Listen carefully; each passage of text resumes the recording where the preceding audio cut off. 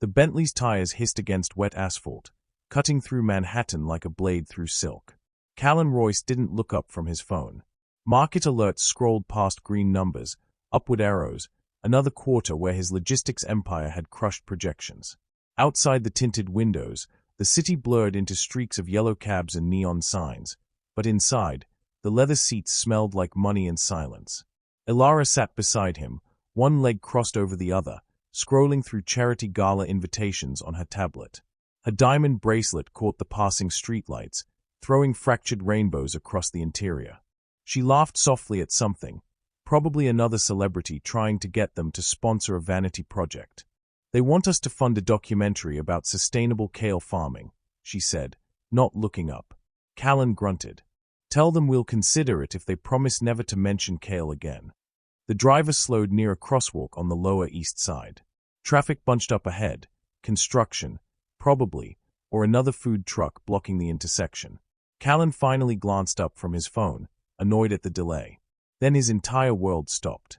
A woman stood in the crosswalk, struggling with a shopping cart across the street. Her coat hung loose on her frame, frayed at the edges. Her hair was pulled back tight, revealing a face that looked carved from exhaustion. And behind the shopping cart, 3 children clutched each other's hands, forming a chain of small bodies braced against the cold. If you're watching this story unfold, drop a comment below and tell me, would you stop the car or keep driving? ***, and before you decide, hit that subscribe button because what happens next will change everything you think you know about family, wealth, and the secrets people bury to protect their empires. Also, tell me in the comments, which country are you watching from? I love seeing this story reach people across the world. ***. Callan's breath caught in his throat. The phone slipped from his fingers onto the leather seat. "Callan." Ilara's voice came from somewhere far away. The woman in the crosswalk turned her head.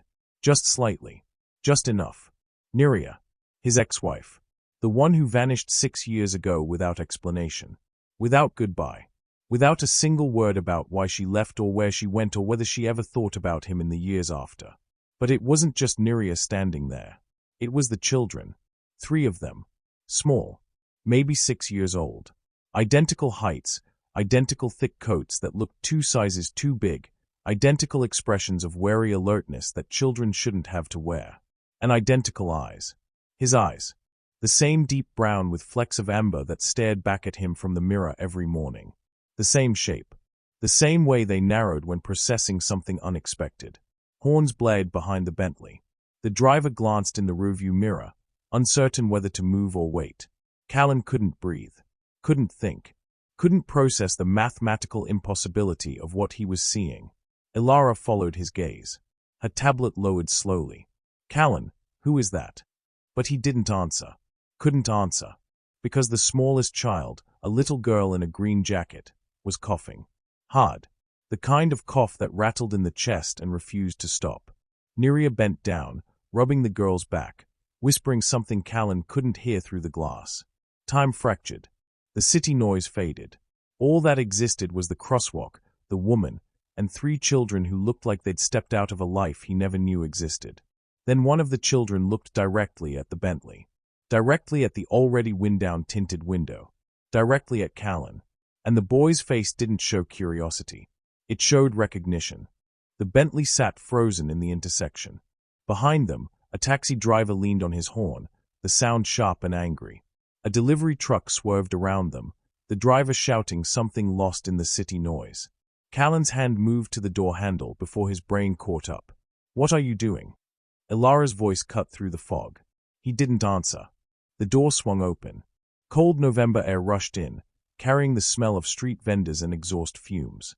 His feet hit the pavement, dress shoes clicking against wet concrete. Neria's head snapped up.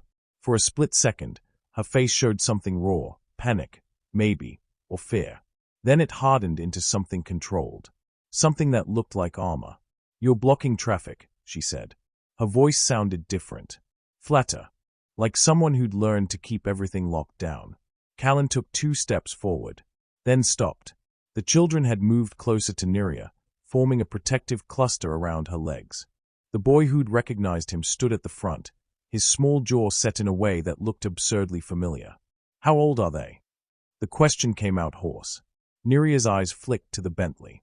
To Alara, who'd stepped out onto the street now, her coat wrapped tight against the wind. Old enough, Neria said. The little girl coughed again. Neria reached into her pocket, pulled out an inhaler, and pressed it to the girl's lips. Breathe, Elora. Slow. Elora. The name hit Callan like a fist. Elara moved closer, her heels clicking with purpose. She stopped beside Callan, close enough that their shoulders almost touched. Her perfume, something expensive and floral, seemed obscene next to Neria's worn coat and the children's two big jackets. Callan, Elara said quietly. Who are they? The boy at the front spoke before Callan could. Mama, can we go now? Mama. The word landed heavy. Neria put a hand on the boy's shoulder. Yes, Zaria. We're going. She started to push the shopping cart forward with the children. The boy grabbed onto the shopping cart's side, his knuckles white against the metal frame.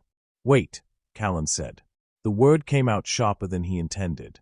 Neria stopped, turned, and for the first time, she looked directly at Alara. Really looked. At the diamond bracelet. At the cashmere coat. At the flawless makeup and the life that should have been someone else's. They are his, Neria said. Each word precise. Deliberate. And you're living in a lie. Then she walked away. The shopping cart wheels squeaked against the crosswalk. Zari kept his hand on her coat. Elora's cough echoed between buildings. The third girl, Eloise, silent until now, glanced back over her shoulder. And Callan stood there, surrounded by honking horns and shouting drivers and the cold reality that everything he'd built his life on had just shattered in the middle of a Lower East Side intersection. Elara's hand found his arm. Her grip was tight. Get back in the car. He didn't move. Callan. Get. In. The. Car. The crosswalk signal turned red. Neria and the children disappeared around the corner. Gone as quickly as they'd appeared. But the boy's eyes, Zawir's eyes, stayed burned into Callan's memory. Because those eyes hadn't looked at him like a stranger. They'd looked at him like someone who'd been waiting for this moment his entire life. The penthouse smelled like imported lilies and furniture Polish. Callan stood by the floor-to-ceiling windows, staring out at the Manhattan skyline. From 40 stories up, the city looked clean, organized, like something that made sense. Nothing made sense anymore.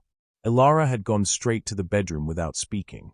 The door closed with a soft click that somehow sounded louder than if she'd slammed it. The silence that followed pressed against his chest like a weight. He poured himself a scotch. The expensive kind that came in a crystal decanter and cost more than most people's monthly rent. It tasted like nothing. His reflection stared back at him from the window glass, tailored suit, perfect haircut, the face of a man who'd built a $1 trillion empire from a failing startup. CNBC had called him the silent architect. Wall Street called him ruthless. Right now, he just felt empty. The apartment around him was a monument to success. Original artwork on the walls. Furniture designed by people with single names. A kitchen that gleamed with appliances he'd never once used. Everything chosen by interior designers who specialized in making wealth look tasteful. It all felt like a museum now. Beautiful and dead. Callan walked to his home office and sat down at his desk. The leather chair cost $8,000. It was supposed to be ergonomic. Revolutionary. Worth every penny. He pulled up his email. 300 unread messages since this morning. Investors wanting meetings. Journalists requesting interviews. Rivals probing for weaknesses. The machinery of his empire humming along, indifferent to the fact that his entire reality had just collapsed in a crosswalk. His finger hovered over the keyboard. Then he opened a private browser window and typed a name he hadn't searched in 6 years. Neria Hale. The results were sparse. No social media.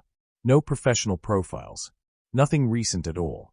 The last trace of her online was from 7 years ago, a mention in a tech blog about emerging logistics consultants. After that, nothing. Like she'd been erased. Or like she'd erased herself. Callan closed the laptop. His hand shook slightly. He pressed it flat against the desk until the tremor stopped. The intercom on his desk buzzed. Mr. Royce, your wife would like to speak with you. He stood, straightened his tie, walked down the hall like a man approaching a board meeting where he already knew the vote had gone against him. Elara sat on the edge of their bed, still in her coat. She hadn't turned on the lights. The only illumination came from the city glow through the windows, painting her face in shades of blue and shadow.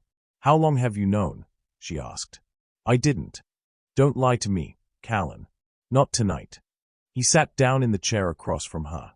The distance between them felt like miles. "I didn't know," he said again. "About the children. About any of it." Ilara's jaw tightened. "But you knew about her. She left 6 years ago. I thought," he stopped. What had he thought? That she'd betrayed him? That she'd found someone else? That she'd simply decided he wasn't worth the trouble? "You thought what?" Ilara's voice was quiet. "Dangerous. I thought she was gone. I thought it was over. I thought," he looked at his hands, at the wedding ring that suddenly felt like it weighed 1,000 pounds. "I thought some losses were just acceptable costs." Ilara stood, walked to the window, put her hand against the glass like she was trying to push through it. "I knew you had a past," she said. "Everyone has a past. But this isn't a past, Callan. This is 3 children with your face. This is a woman who looked at me like I'd stolen something that belonged to her. This is—" She stopped, took a breath. When she spoke again, her voice was steady, controlled. "This is a present you never told me existed." Callan wanted to defend himself, wanted to explain that he'd been blindsided too, that he'd had no idea, that he was just as shocked as she was. But none of that mattered, because somewhere in this city, 3 children were going to sleep in a place he couldn't picture, with a mother who'd vanished without explanation, living a life that had run parallel to his for 6 years without him knowing it existed. That night, lying in bed with 2 feet of space between him and his wife, Callan stared at the ceiling and realized something that made his chest tighten. He couldn't remember the last time someone had needed him for anything other than money, power, or connections. He couldn't remember the last time someone had looked at him and seen a person instead of a resource. And those 3 children in the crosswalk, those small bodies huddled together against the cold, had looked at him like he was supposed to be something more. The alarm clock didn't work anymore. Neria woke to Alora's coughing instead, thick and rattling, the kind that made her chest tighten with worry she couldn't afford to feel. She opened her eyes to the cracked ceiling of their bed-stuy apartment, water stains spreading like continents across plaster that hadn't been painted in decades. 5:43 a.m. The radiator clanked but gave no heat. She threw off the thin blanket and swung her feet onto cold linoleum. Across the studio apartment, her 3 children slept in a single bed pushed against the wall. Zaria had his arm around Eloise. Elora was curled at the foot, her small body shaking with each cough. Neria grabbed the inhaler from the milk crate she used as a nightstand, crossed the room in 4 steps, pressed it gently to Elora's lips. "Breathe, baby. Slow." Her eyes opened, dark brown, alert despite the hour. She took the medicine without complaint, the way she learned to do everything, quietly, without asking for more than what existed. "Better," she whispered. She nodded. She kissed her forehead. It was warm. Not fever warm, but close enough to make her mental list of problems shift and reorganize. The clinic wouldn't open until 9. She had a cleaning job in Tribeca at 7. Mrs. Patterson paid cash and didn't ask questions, but she also didn't accept excuses. Neria pulled on yesterday's jeans and a sweater with a hole in the elbow. The bathroom was down the hall, shared with 3 other apartments. She grabbed the plastic caddy with their toothbrushes and soap, listened at the door for footsteps, then slipped out. The hallway smelled like old cooking grease and mildew. She moved fast, brushing her teeth at the chipped sink, splashing cold water on her face, ignoring her reflection because some mornings it was easier not to look. Back in the apartment, the children were waking. Zoe sat up first, hair pressed flat on one side. He didn't speak, just started making the bed with movements that looked too adult for a 6-year-old. "Morning, Mama," Eloise said, her voice soft. She climbed down carefully, avoiding the loose floorboard that creaked. Neria opened the mini-fridge. 1 carton of milk, half a loaf of bread, 3 eggs, peanut butter that was more oil than solid. She did the math automatically, breakfast today, but lunch would need to stretch. She made scrambled eggs, divided onto 3 plates with toast, gave the children the milk, drank tap water herself and pretended she wasn't hungry. Zara ate with his eyes on her face, the way he always did, watching, calculating, Figuring out things children shouldn't need to figure out. You have the thing today, he said. Not a question. Neria paused, fork halfway to Eloise's mouth. What thing? The man from yesterday. In the car. The fork clattered against the plate. Eloise looked up, startled. Eat your breakfast, Neria said. Is he coming back? Zarya pressed. No. But he saw us. Zarya. Eat. He picked up his fork. Didn't eat. Just held it, staring at the eggs going cold. Neria checked the time. 6:15. She had 4 to 5 minutes to get the children dressed, walk them to Ms. Lorraine's apartment 2 buildings over, catch the G train, transfer to the A, and make it to Tribeca before Mrs. Patterson decided she was unreliable. She pulled 3 outfits from the cardboard box that served as a dresser. Clothes from the church donation bin, washed so many times the colors had faded to ghosts of what they'd been. The sleeves were too short on Zarya. Elora's pants were held up with a safety pin. Eloise's jacket had a broken zipper. They dressed without complaint. They never complained. That was the part that broke her heart most, how good they were at accepting less than they deserved. The walk to Ms. Lorraine's took 8 minutes. The old woman answered on the second knock, already in her housecoat, apartment smelling like coffee and something baking. Morning, babies, she said, opening the door wide. The children filed in. Zarya turned back at the threshold. Mama works hard, he said to Ms. Lorraine, as if explaining. As if anyone who looked at Neria couldn't already see it written in the circles under her eyes and the way her hands never stopped moving. Ms. Lorraine smiled. I know, baby. Go on inside. Neria pressed 2 crumpled bills into the woman's hand. It wasn't enough. It was never enough.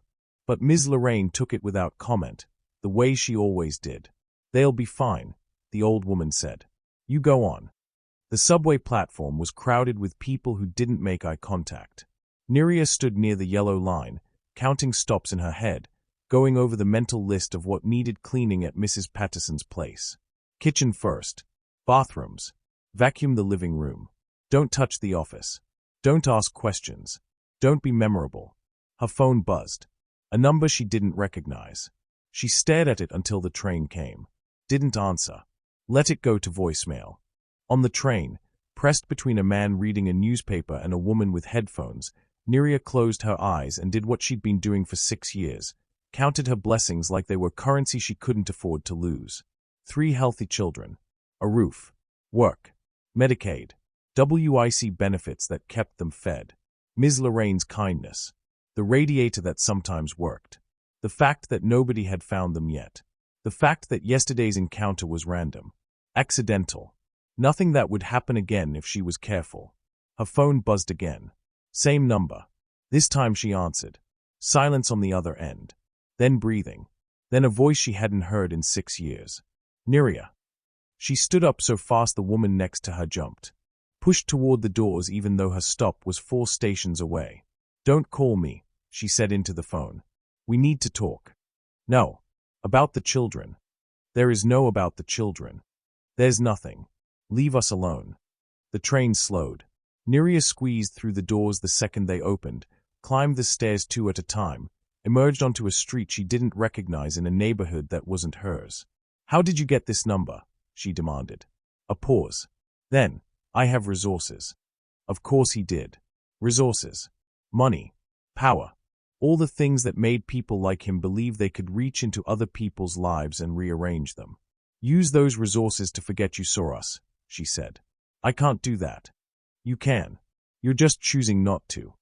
Another pause. Longer this time. When he spoke again, his voice was different. Quieter. Almost uncertain. Why didn't you tell me? Neria looked up at the street sign. She was in Fort Greene, miles from where she needed to be.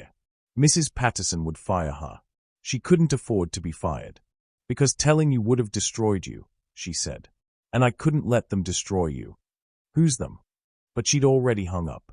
She stood on the corner, hands shaking around the phone, watching cars pass and people walk by and the city move forward like it always did, indifferent to the fact that her carefully constructed walls were starting to crack. The phone buzzed one more time. Not a call. A text. A letter arrived at her building that morning. Someone had hand-delivered it. Someone who knew where she lived. Someone who'd been watching long before yesterday's accident in the crosswalk. The DNA testing facility was sterile and anonymous, tucked into a medical building in Midtown where nobody asked questions if you paid cash. Callan sat in a leather chair that wasn't as nice as the one in his office, holding an envelope he hadn't opened yet. The woman behind the desk had handed it to him 3 minutes ago, said something polite about privacy and discretion, then left him alone in the consultation room with white walls and no windows. His phone buzzed. He ignored it. The envelope sat on the table in front of him. Plain white. No markings. Just his name typed on the front in a standard font that revealed nothing about the contents inside. He'd ordered the tests 5 days ago. Used connections most people didn't have. Paid for expedited processing that cost more than a luxury car. Called in favors from lab directors who owed him for investments that had saved their companies. Getting the samples had been easier than he'd expected. A private investigator. 24 hours of surveillance. DNA collected from a discarded juice box at a playground in Brooklyn. Legally questionable. Ethically worse. Exactly the kind of thing he'd always justified as necessary when building an empire. Now it just felt like violation. Callan picked up the envelope. Set it down. Picked it up again. His hands weren't shaking. That surprised him. His hands had been steady through hostile takeovers, through market crashes, through every crisis that threatened to destroy what he'd built. But right now, holding a piece of paper that could rewrite his entire understanding of the last 6 years, his hands were perfectly still. He opened it. The first page was technical. Blood types. Genetic markers. Things that meant nothing to him. He flipped to the second page. To the summary section with bold text and numbers that screamed certainty. Probability of paternity, 99.97%. The room tilted. Not dramatically. Not like in movies where people gasp and drop things. Just a subtle shift in gravity that made everything feel slightly wrong. Callan read the line again. Then again. The numbers didn't change. He flipped through the rest of the report. More technical details. Explanations of statistical significance. Legal disclaimers about the accuracy of genetic testing. Everything precise and clinical and utterly certain. 3 children. His children. 6 years old. Growing up in Brooklyn in a life he knew nothing about.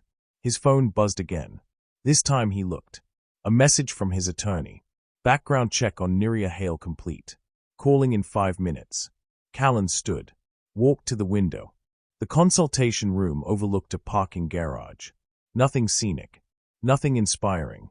Just concrete and cars and the mechanical function of the city. When the phone rang, he answered on the first ring. "Tell me," he said. His attorney's voice was carefully neutral. "Mr. Royce, the information we've gathered is complicated. I didn't pay you to protect my feelings. Tell me what you found." A pause. Papers rustling. Then, Niria Hale worked as a logistics consultant until approximately 6 years ago. She disappeared from all professional networks in December of that year. No social media presence. No credit activity. No employment records. For 4 months, she essentially didn't exist. And then, she reappeared in Brooklyn under the same name. Filed for public assistance. Medicaid. WIC benefits. She's been working cash jobs, house cleaning, childcare, nothing reportable. Living in a rent-controlled apartment in Bed-Stuy. Callan's jaw tightened. What else? Hospital records show she gave birth to triplets 7 months after her disappearance. Premature. Multiple complications. 2 of the children spent weeks in NICU. The medical bills were substantial. Most went to collections. She's still paying them off. The concrete wall of the parking garage swam slightly in Callan's vision. He pressed his palm against the glass. "There's something else," his attorney said. "Something that doesn't make sense." "What?" 6 weeks before she disappeared, someone systematically destroyed her professional reputation. Employers were contacted. References were invalidated. Her consulting contracts were terminated simultaneously. It wasn't organic, Mr. Royce. Someone orchestrated it. Who? We don't know yet. The trail is deliberately obscured. But whoever did it had resources. Influence. The kind of power that doesn't leave fingerprints. Callan ended the call. Sat down heavily in the chair. Stared at the DNA results still spread across the table. Someone had destroyed Neria's career, driven her underground, made sure she had nothing and no one to turn to. And then she discovered she was pregnant and disappeared completely. This wasn't abandonment. This was survival. His phone lit up with a new message. From a number he didn't recognize. The children's names are Zaria, Elora, and Eloise. In case you were wondering. No signature. But he knew who'd sent it. Callan typed back, "We need to talk." 3 dots appeared. Then disappeared. Then appeared again. Finally, talking won't change anything. He stared at the screen. Started to type a response. Deleted it. Started again. "I know someone targeted you. I know what happened wasn't your choice." This time the response came immediately. "You don't know anything." And that's exactly how it was supposed to be. The dots appeared one more time. Then stopped. No new message came. Callan looked at the DNA results. At the numbers that didn't lie. At the proof that somewhere in Brooklyn, 3 6-year-olds existed who carried half his genetic code and none of his knowledge. He drove to his office instead of going home. The building was mostly empty at 8 p.m., just security and the cleaning crew. His assistant had left files on his desk, contracts that needed signing, reports that needed reading, the endless machinery of business that never stopped. He ignored all of it. Instead, he opened his laptop and pulled up archived emails from 7 years ago. From back when he was broke and desperate and Neria was the only person who believed his failing company could become something. The messages were mundane. Meeting notes. Strategy discussions. The kind of professional correspondence that revealed nothing about what they'd meant to each other. But then he found one from late November, 6 years ago. Subject line, "We need to talk about Vance." He'd never opened it. The date was 2 weeks before Neria disappeared. Callan clicked. The email loaded. 3 sentences that made his blood run cold. "Vance Corrick is laundering money through your supply chain. I have proof. We need to decide what to do before this destroys everything you've built." His hands were shaking now. He searched for more emails from her. Found nothing. She'd sent that one message, and then silence. No follow-up. No explanation. Just disappeared. Because she'd tried to warn him, and someone had made sure she couldn't. Callan stood, paced to the window.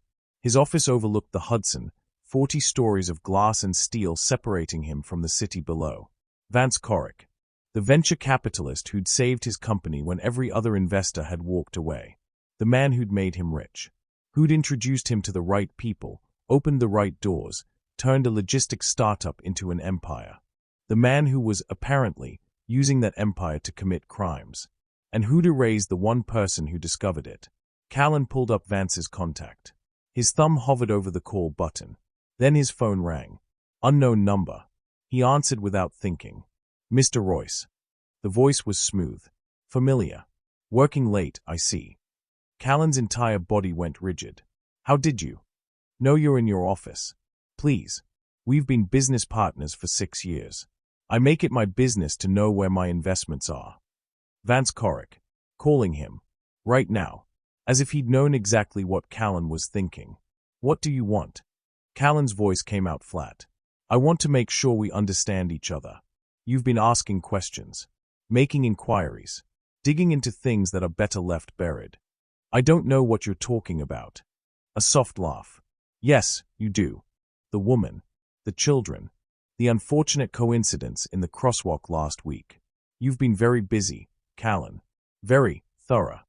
The temperature in the office seemed to drop. "Stay away from them." "I don't need to go near them. I never did. They are not the problem. They never were. The problem is what happens when someone decides to make them visible." "Is that a threat?" "It's a reminder. Your empire exists because I allowed it to exist. Your wealth, your reputation, your perfect life with your perfect wife. All of it stands on a foundation I built.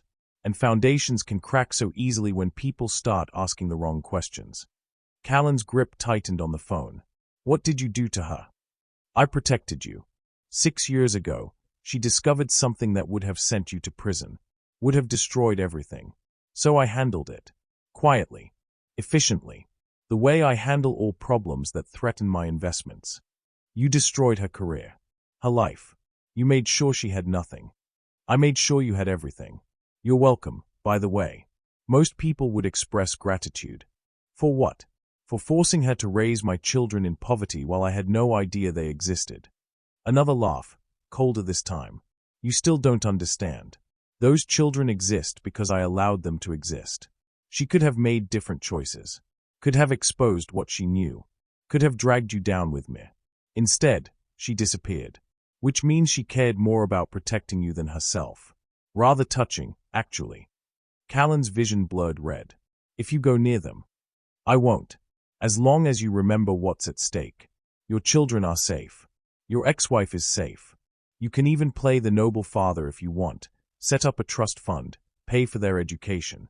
But the moment you start investigating me, the moment you think about exposing what she discovered 6 years ago, everything collapses. And I mean everything. Your company, your freedom, and most importantly, their safety. The line went dead. Callan stood frozen, phone pressed to his ear, listening to silence that felt like drowning. Someone had been watching. Someone had known exactly what he'd been doing. And that someone had just made it very clear that the truth had a price Callan might not be willing to pay. 5 years earlier, Neria had stood in the parking lot of a hospital in Queens, holding 3 discharge papers and wondering how she was going to carry 3 infants home on the subway. Her hands shook as she read the bill. $63,000. For the NICU stays. For the complications. For keeping her babies alive when they'd been born 10 weeks too early. Insurance had covered some of it. Not enough. Never enough. A social worker had given her a folder full of resources. Phone numbers for assistance programs. Applications for Medicaid. Lists of food banks and charitable organizations. The woman had smiled kindly and said everything would be okay. Everything was not okay. Neria sat on a bench outside the hospital entrance, 3 car seats lined up beside her like fragile cargo, and tried to figure out the logistics of getting them to Brooklyn. 2 hands. 3 babies. A stroller she'd bought secondhand that only fit 2. A taxi would cost $40. She had 17. The babies slept, tiny faces peaceful in a way that made her chest ache. Zaria, Elora, and Eloise. Named after her grandfather, her mother, and her brother. The only family she had left, and none of them were alive to meet these children. Her phone had buzzed. A blocked number. She'd answered without thinking. Neria Hale. The voice was male. Polite. Professional. Yes. My name is Vance Corrick. I'm calling about a matter of significant importance. She'd almost hung up. Almost. But something in his tone made her pause. What kind of matter? The kind that involves choices. About the future. About what you're willing to sacrifice to protect the people you love. Her blood had gone cold. Who are you? Someone who's been watching. Someone who knows what you discovered. Someone who can make sure that information never sees daylight, or ensure it destroys everything. She'd looked at her babies, at their small sleeping faces, at the hospital behind her and the city ahead and the impossible weight of trying to survive alone. What do you want? She'd whispered. Your silence. Complete and permanent. You disappear. You never contact Callan Royce. You never mention what you found. And in exchange, I make sure those children have a chance at life. And if I refuse, then everyone loses. Callan goes to prison for crimes he didn't commit. You lose custody of 3 infants you can't support. And those babies spend their childhood in the system, separated, bouncing between foster homes that don't care if they live or die. Tears had streamed down her face. Silent, because crying with sound would wake the babies. You're a monster, she'd said. I'm practical. You have 24 hours to decide. Disappear quietly, and I'll make sure certain bills get paid. Certain systems work in your favor. Nothing extravagant. Just enough to survive. Or refuse, and I'll make sure those babies understand that their mother chose pride over their well-being. He'd hung up. Neria had sat on that bench for 3 hours, watching the sun set over Queens, holding discharge papers and a phone that felt like a weapon pointed at her children's future. Then she'd made her choice. The same choice she'd been making every day since. Survive quietly, ask no questions, trust no systems, and pray that staying invisible would keep her children safe. Now, standing in her apartment 6 years later, she read the letter that had been slipped under her door. Unmarked envelope. Single page. Typed message. He knows about the children. That changes everything. We need to meet. No signature. But she recognized the phrasing, the tone. Vance Corrick, the man who'd forced her into silence. The man who held her life in his hands and had never once shown mercy. Except now he wanted something. Neria burned the letter in the kitchen sink. Watched the paper curl and blacken. Washed the ashes down the drain. Then she packed a bag. Not much, a change of clothes for each child, their birth certificates, the emergency cash she kept hidden in a coffee can. $300 that represented 6 months of tips and skipped meals and nights when she'd chosen rent over food. She woke the children at 2 a.m. They didn't ask questions. They'd learned not to. Ms. Lorraine answered the door in her bathrobe, took one look at Neria's face, and nodded. "How long?" the old woman asked. "I don't know. They'll be safe here. You know that." Neria knelt down, pulled her children close, breathed in the smell of their hair and the warmth of their small bodies, and tried to memorize this moment in case it was the last one. "Mama has to take care of something," she said. "You stay with Ms. Lorraine. You listen to her. You be good." Zaya's eyes were too knowing, too aware. "Are we in trouble?" "No, baby. But I need to make sure we stay that way." She kissed each of them, then left before they could see her cry. The address from the letter led to a warehouse in Red Hook. Abandoned.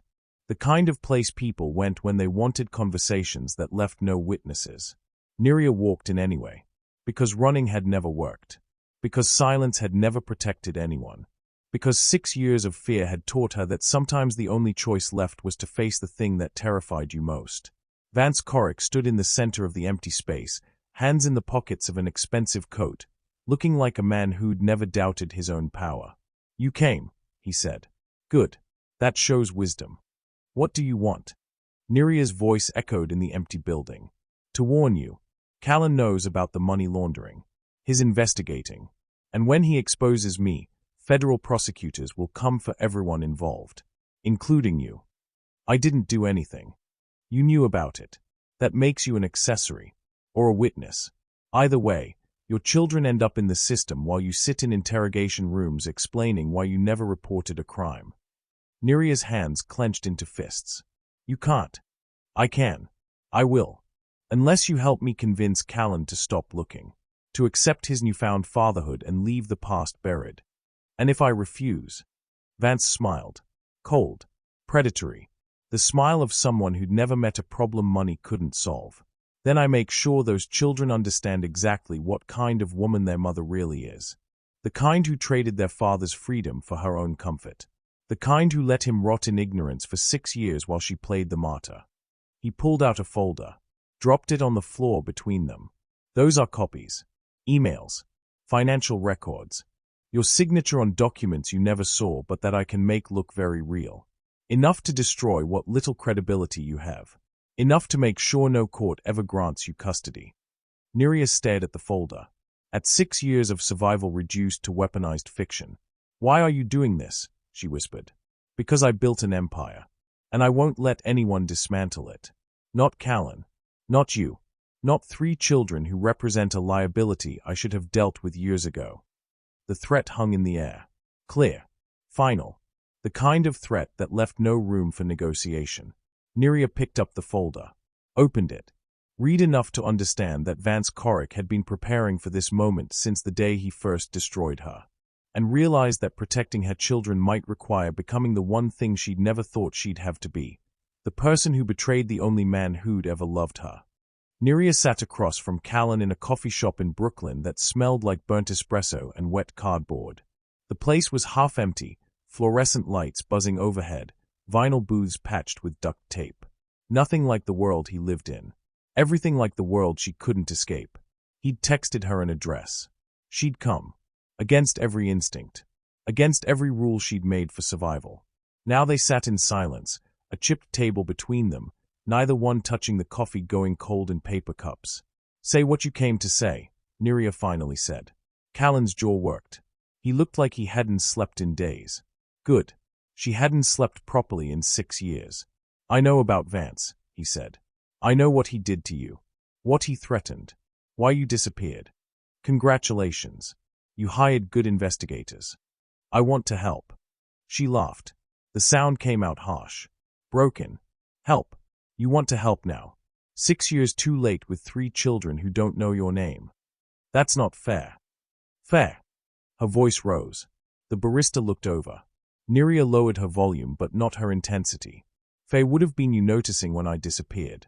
Faye would have been you asking questions instead of moving on to someone else's life. Faye would have been. She stopped, pressed her palms flat on the table, breathed. I can set up accounts, Callan said quietly. For the children. Education funds. Medical coverage. Whatever they need. You'll never have to worry about money again. I don't want your money. Then what do you want?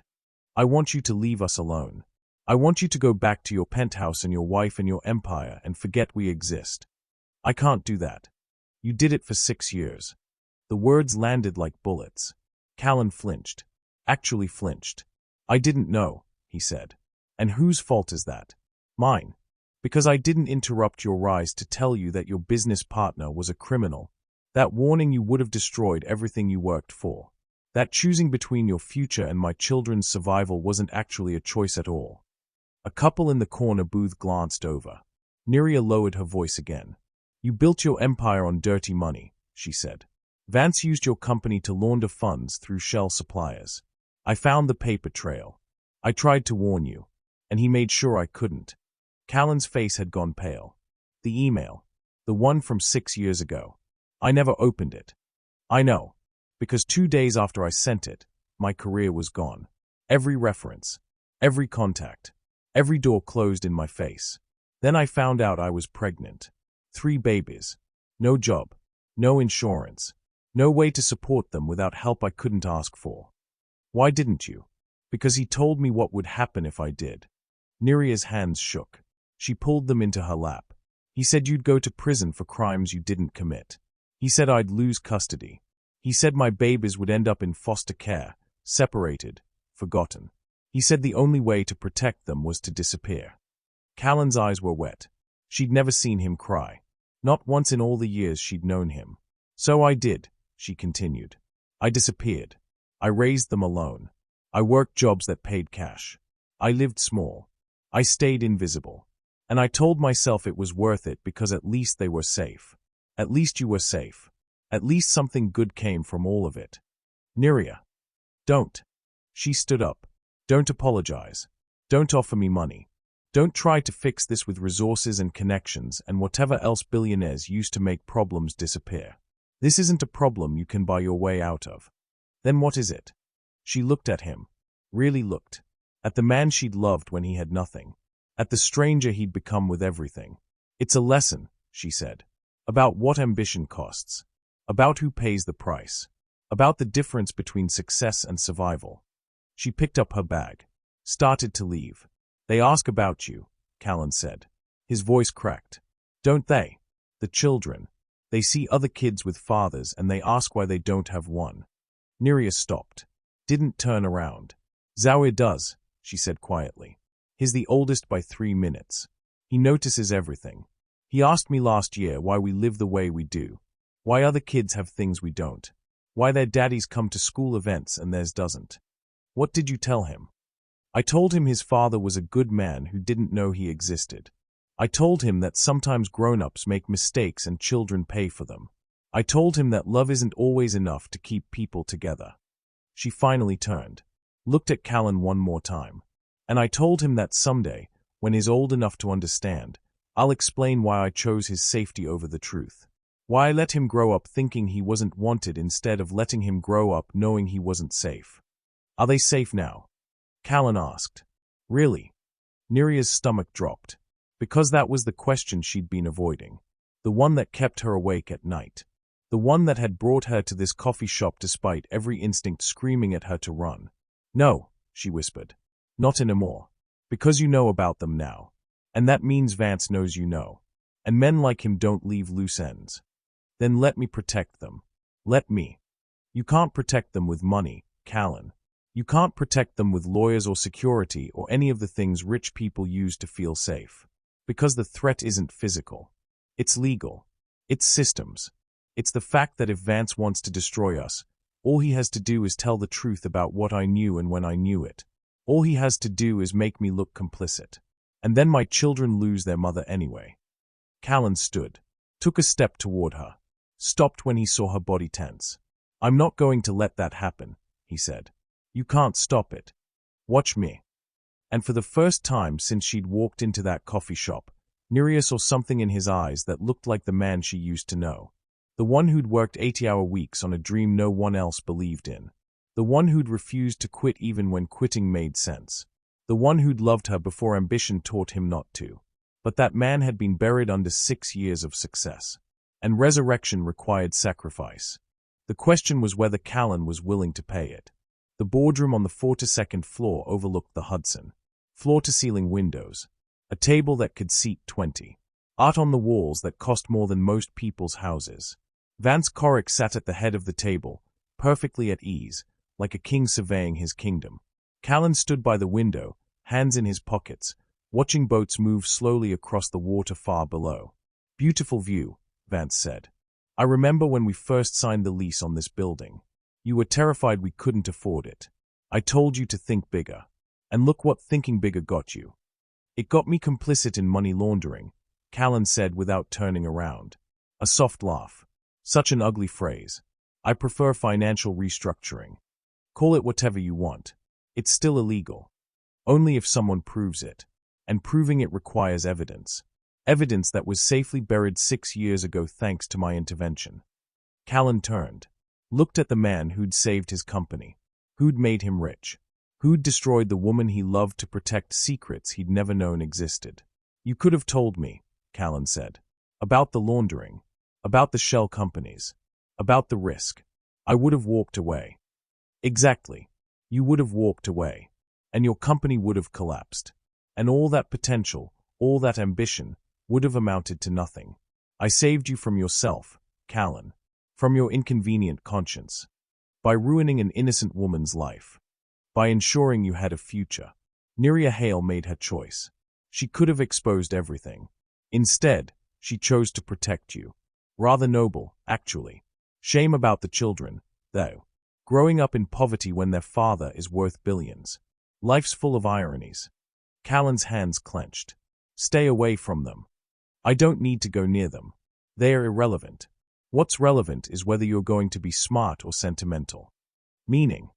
Vance stood. Walked to the window. Stood beside Callan like they were friends having a casual conversation instead of predator and prey sizing each other up. "Meaning you have a choice," Vance said. "Continue investigating me, expose the laundering, and watch your empire burn along with mine. Federal prosecutors don't care about ignorance. They care about culpability. And your signature is on enough documents to put you in prison for 20 years. I didn't know what I was signing. Doesn't matter. Willful ignorance isn't a defense. And juries love convicting successful men who got rich off illegal schemes." Callan's jaw tightened. "What's the alternative? You stop looking. You enjoy your newfound fatherhood. You set up those trust funds you've been planning. You play the reformed billionaire discovering his heart. Everyone wins. The children get financial security. Nerea gets peace of mind. You get to keep your freedom and your fortune. And you get away with it. I already got away with it. This is just making sure we both understand the terms of our continued partnership." Callan stared out at the water, at the city spread below, at the empire he'd built that was actually someone else's house of cards with his name on the door. "What if I choose to burn?" he said quietly. Vance's expression didn't change. "Then everyone burns. You, Nerea, those 3 children who'll spend their teenage years visiting their parents in separate prisons while the system decides which foster home tears them apart. Is that really the legacy you want to leave? You're a monster. I'm a businessman. There's a difference, though I understand why you might be confused." Vance straightened his tie, checked his watch. "You have 24 hours to decide. Be smart about this, Callan. Smart is what made you successful. Don't let sentiment make you stupid." He walked toward the door. Stopped. Turned back. "One more thing," Vance said. "If you're thinking about going to the authorities, know that I have insurance. Documents with Nerea's signature. Financial records showing her as a participant. Enough evidence to make her look like a co-conspirator instead of a victim. I can destroy her with a phone call. And destroying her means destroying those children's only chance at a stable life." The door closed. Callan stood alone in the boardroom, surrounded by luxury he'd earned through fraud he'd never intended. His phone buzzed. A text from Alara. "We need to talk. Tonight." Another buzz. This one from Niria. "He visited my building. Talked to my landlord. Asked questions. They is circling." Callan looked at the messages. At the city below. At the choice between self-preservation and truth. Then he made a call. "Marcus. It's Callan. I need you to draft my resignation letter. Effective immediately. I'm stepping down as CEO." His attorney's voice was panicked. "Mr. Royce, you can't just." "I can. I am. Draft the letter. Schedule a press conference for tomorrow morning. And Marcus, make sure the SEC knows I want to cooperate fully with any investigation into my company's financial practices. That's career suicide." "No," Callan said. "It's the first honest thing I've done in 6 years." He ended the call, sat down at the conference table, and started writing a list of every document, every transaction, every piece of evidence that would expose Vance Corrick's empire, even if it meant destroying his own in the process. The press conference was scheduled for 9 a.m. By 8:30, the lobby of Royce Logistics was packed with cameras and reporters and phones recording every moment. Callan walked through the crowd in a suit that cost $5,000 and felt like a costume. Security cleared a path. Reporters shouted questions he didn't answer. Alara stood near the elevators, apart from the chaos. She'd asked to come. He'd told her she didn't have to. She came anyway. Their eyes met across the lobby. She nodded once. Permission. Forgiveness. Goodbye. All of it compressed into that single gesture. Then he walked to the podium. The room went quiet. Phones lifted. Cameras focused. The machinery of public judgment warming up. "Good morning," Callan said. His voice echoed in the suddenly silent space. "My name is Callan Royce. 6 years ago, I built a company that's now worth billions. This morning, I'm stepping down as CEO. Effective immediately." The room erupted. Questions shouted over questions. Reporters pushing forward. Callan raised a hand. The noise died down. "I'm stepping down because I recently discovered that my company was used to facilitate illegal activities. Money laundering through shell suppliers. Financial crimes I knew nothing about, but that I'm legally responsible for. I'm cooperating fully with federal investigators. I'm making all financial records available. And I'm accepting the consequences of my ignorance." More shouting. More questions. Callan ignored them. "But that's not why I called this press conference," he continued. "I called it because 6 years ago, someone tried to warn me about these crimes. Someone who loved me enough to risk everything by telling me the truth. And instead of listening, I let her be silenced by the same people who were using my company for their crimes." He pulled out a photo, held it up to the cameras.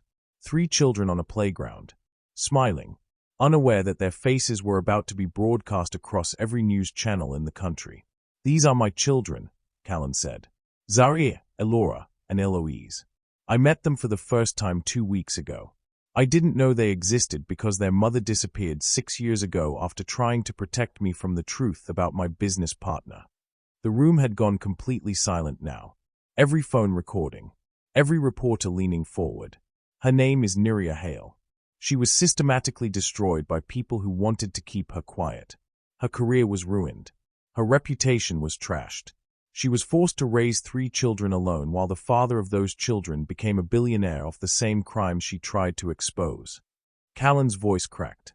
He didn't try to hide it. "I'm here today to say 3 things. First, I was wrong. About everything. About what matters. About what success means. About the cost of ambition when you stop looking at who's paying for it." He pulled out a stack of documents. Set them on the podium. "Second, these are copies of financial records showing how my company was used to launder money.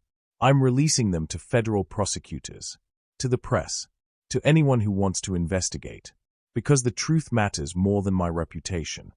He looked directly into the cameras. "And third, to the man who orchestrated all of this, who destroyed an innocent woman to protect himself, who threatened children to maintain his power, who built his fortune on fraud and fear, I have one message. You're done. I'm done protecting you. I'm done letting you hide behind my ignorance. And I'm done pretending that success justifies silence. The doors at the back of the lobby burst open. Federal agents in FBI windbreakers poured in. Phones recording. Badges displayed. They weren't there for Callan. They walked past him. Through the crowd. Toward the elevators where a man in an expensive suit stood frozen, watching his empire collapse in real time. Vance Corrick. Vance Corrick, the lead agent said. You're under arrest for money laundering, wire fraud, conspiracy, and racketeering. The cameras swung toward Vance, capturing every moment. The handcuffs. The reading of rights. The perp walked through a lobby full of witnesses. And as Vance passed the podium, Callan leaned close enough for only him to hear. You were right about one thing, Callan whispered. I did have to choose between being smart and being sentimental. I chose the one that lets me sleep at night. Then Vance was gone, led away by federal agents, surrounded by cameras, his empire collapsing as fast as Callan's was being dismantled by choice instead of force. The press conference dissolved into chaos. Reporters shouting, legal analysts scrambling, stock prices plummeting in real time. Callan stepped away from the podium, walked toward Alara. She looked at him with something that might have been sadness, or relief, or both. I'll have my attorney contact yours, she said quietly. About the divorce. Alara. Don't. You did the right thing. The hard thing.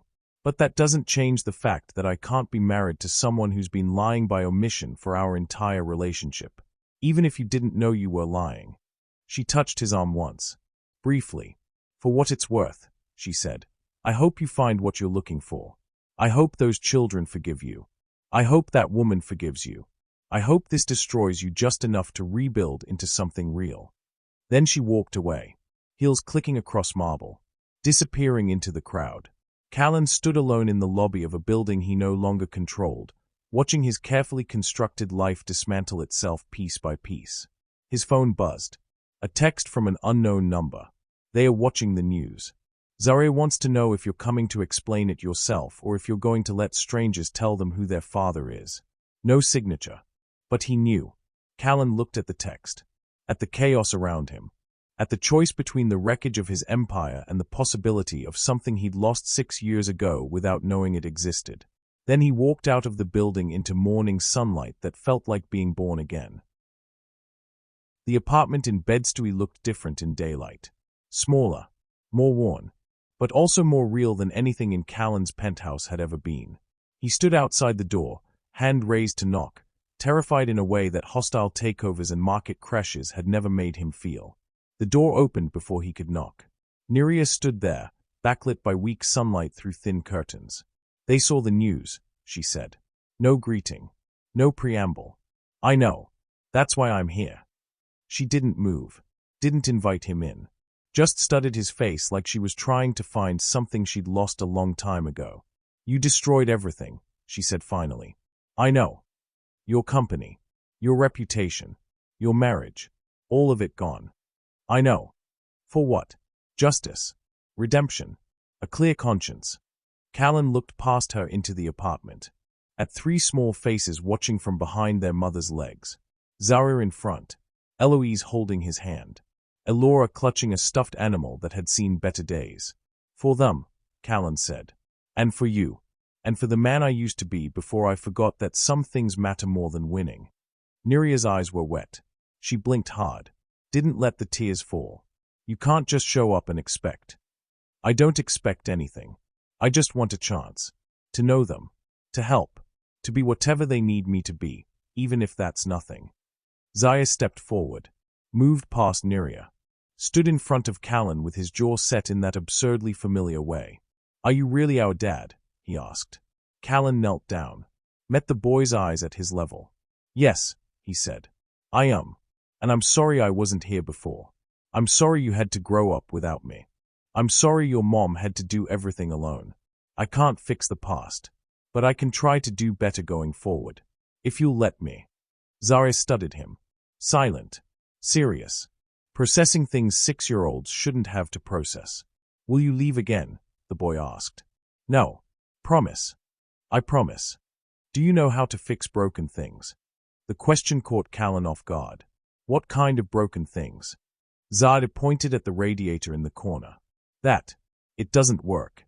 Mama says the landlord won't fix it. We get cold at night. Callan looked at Neria. She shrugged, almost smiled. The first time he'd seen that expression in 6 years. I can fix it, Callan said. Or I can call someone who can. Either way, you won't be cold anymore. Okay. Zarya stepped back, retreated to his sisters. The three of them huddled together like they'd done in the crosswalk. A unit, a family formed in absence. Neria finally stepped aside. Let Callan into the apartment. It was small. One room that served as bedroom, living room, and kitchen. Furniture that looked salvaged. Walls that needed paint. But clean. Organized. Cared for in a way that wealth could never replicate. Pictures taped to the refrigerator. Drawings in crayon. A calendar marked with doctor appointments and school events and reminders for things that cost money they didn't have. This was what he'd missed. This was what his empire had cost. Don't promise them things you can't deliver, Neria said quietly. They've had enough disappointment. I won't. And don't try to buy your way into their lives. They don't need a savior with a checkbook. They need consistency. Presence. Someone who shows up. I'll show up. Every time. Even when it's hard. Even when the novelty wears off. Even when you remember what it cost you to be here. Callan looked at her. At the woman who'd survived 6 years of impossible choices. Who'd raised 3 children alone. Who'd protected him at the cost of everything she had. Especially then, he said. They stood in that small apartment, surrounded by evidence of a life built from scraps and determination, and negotiated the terms of something that had no name yet. Not reconciliation. Not forgiveness. Just the possibility that broken things could be rebuilt if you were willing to work with your hands instead of your wallet. Elora brought him a drawing. I made this in school. It's our family. 4 stick figures. 3 small. 1 larger. All holding hands. A house in the background. A sun in the corner. Can I keep this? Callan asked. She nodded. Shy. Uncertain. But willing to try.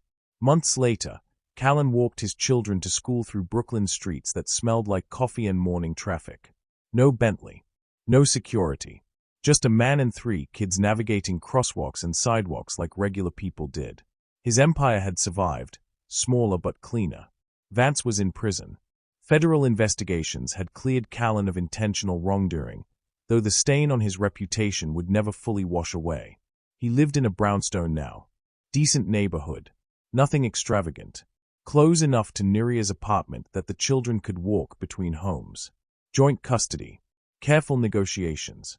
Therapy sessions where 3 6-year-olds learned to trust that adults could be reliable. Ilara had moved to California. Sent a card on the children's birthday. No bitterness. Just distance. Neria still worked. Still cleaned houses. Refused his offers to stop. Said she needed to show her children that accepting help wasn't the same as giving up independence. They weren't together. Might never be again. Some damage ran too deep for romance. But they were co-parents. Partners in raising 3 children who deserved better than what either of them had given so far. The school crossing guard waved them through. Eloise ran ahead. Elora stayed close. Zarya walked beside Callan, sometimes reaching for his hand, sometimes keeping his distance. Dad, Zarya said as they reached the school steps. Callan still wasn't used to that word. Probably never would be. Yeah. If you could go back. 6 years. Would you choose different? The question was too big for a Tuesday morning. Too complicated for a 6-year-old. Too impossible to answer without lying. I don't know, Callan said honestly. Part of me wants to say yes. That I'd choose to know about you from the beginning. To help your mom. To never let anyone silence her. But choosing different means you might not exist. Or you'd exist differently. And I can't imagine that. Zarya nodded. Processing. So you're glad things happened the way they did? No. I'm sad about the pain. About what your mom went through. About what you missed. But I'm grateful you exist. Both things can be true. The boy smiled. Small. Uncertain. But real. Okay, he said.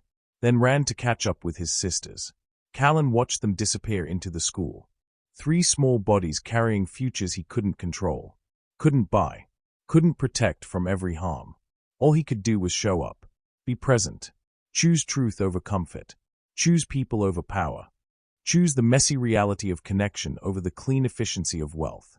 As he walked back through Brooklyn morning light, past bodegas opening for the day and neighbors starting their routines, Callan thought about the crosswalk where his life had fractured, about the woman struggling with a stroller, about 3 children with eyes that looked like his, about the moment when everything he thought he knew revealed itself as fiction. You could outrun poverty. You could outsmart rivals. You could build empires and topple kingdoms and convince yourself that winning justified any cost. But you couldn't escape truth when it stood in the middle of the road, refusing to move, demanding to be seen, especially when it was holding your children's hands. So tell me, what hit you hardest in this story? Was it the moment Callan saw those 3 faces in the crosswalk and realized everything he'd built meant nothing? Was it Neria's quiet strength, surviving 6 years alone while protecting a secret that could have destroyed them all? Or was it that final scene, a billionaire on his knees fixing a broken radiator, choosing presence over power? Drop your thoughts in the comments. I want to know what this story stirred in you. If you felt something watching this unfold, anger at the injustice, hope in the redemption, or that tight feeling in your chest when Zaria asked, "Will you leave again?" Then do me a favor. Hit that like button. Not for me, but because stories like this deserve to reach people who need to hear them. Share this with someone who believes wealth defines worth. Share it with someone fighting battles nobody sees. Share it with anyone who's ever wondered if broken things can be repaired. And if you're still here, if you made it all the way to the end, subscribe. Because I've got more stories coming that'll make you question everything you think you know about power, family, and what really matters when the world stops at a crosswalk and forces you to choose. Turn on notifications. You won't want to miss what's next. Thanks for being here. Thanks for watching. And remember, truth doesn't care about your empire. It just waits in the middle of the road until you're brave enough to face it. Stay blessed, and I'll see you in the next story.